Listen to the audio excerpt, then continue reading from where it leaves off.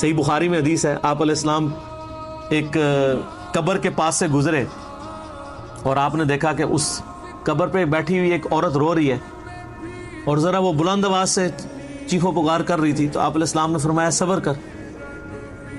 تو اس نے دیکھا نہیں کہ آپ صلی اللہ علیہ وسلم تھے، پیچھے آپ کھڑے تھے، تو اس نے آگے سے کہا کہ بھئی اگر تم پہ تکلیف آئی ہوتی تو پھر میں دیکھتی.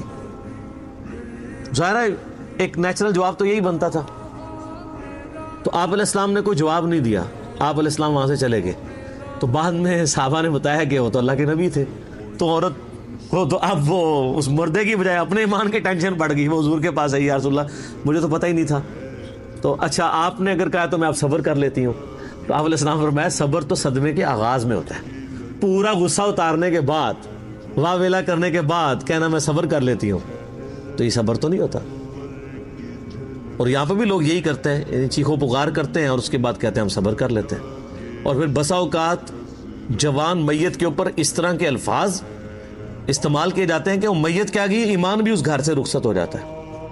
یعنی کئی عورتیں وہ کہتی ہیں میرا ہی منڈا لبیا سی اللہ تنو مارنے واسطے، میرا ہی بیٹا ملا تھا کہ اس کو تو موت دیتا.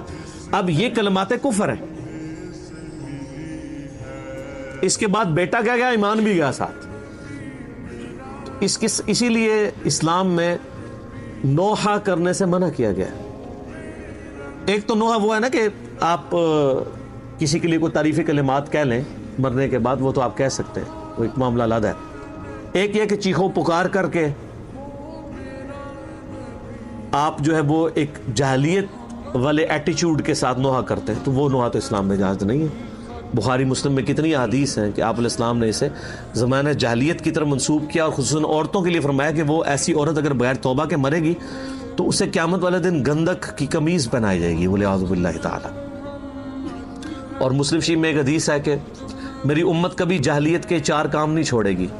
نمبر 1 حسب و نسب پہ فخر کرنا. نمبر 2 دوسروں کے نسب کے اوپر تان کرنا. نمبر 3 ستاروں کے ذریعے بارش اور یہ باقی معاملات کو لے کے چلنا. اور نمبر 4 نوحہ کرنا مصیبت و پریشانی کے وقت. تو ہر مشکل کے ساتھ آسانی جڑی. فَإِذَا فَرَغْتَ فَانْصَبْ، تو اے نبی علیہ السلام جب آپ فرائض نبوت سے فارغ ہو جائیں گے تو پھر آپ اس وقت اللہ کی ریاضت میں مشغول ہو جائیے گا. وَإِلَىٰ رَبِّكَ فَارْغَب، اور اپنے رب کی طرف راغب ہو جائیے گا. اصل میں اس میں اشارہ یہ ہے کہ آپ علیہ السلام، آپ کو پتہ ہے آپ پوری رات کھڑے ہو کے قرآن پڑھتے تھے، پھر اللہ فرمایا یا ایھا المزمل قم اللیل الا قلیلا، کم کھڑے ہوا کریں. اور کم بھی یہ نہ سمجھیے گا بالکل کم، نصفہ او انقص، یا آدھی رات یا اس سے کچھ زیادہ. پوری رات نہ آپ کھڑے ہو کر نوافل میں قرآن پڑھیں. آپ کے پاؤں مبارک سوج جاتے تھے. بخاری مسلم میں آتا ہے اما عائشہ نے کہا یا رسول اللہ آپ تو بخشے بخشائے ہیں، تو آپ فرمایا کیا میں اپنے رب کا شکر گزار بندہ نہ بنوں. تو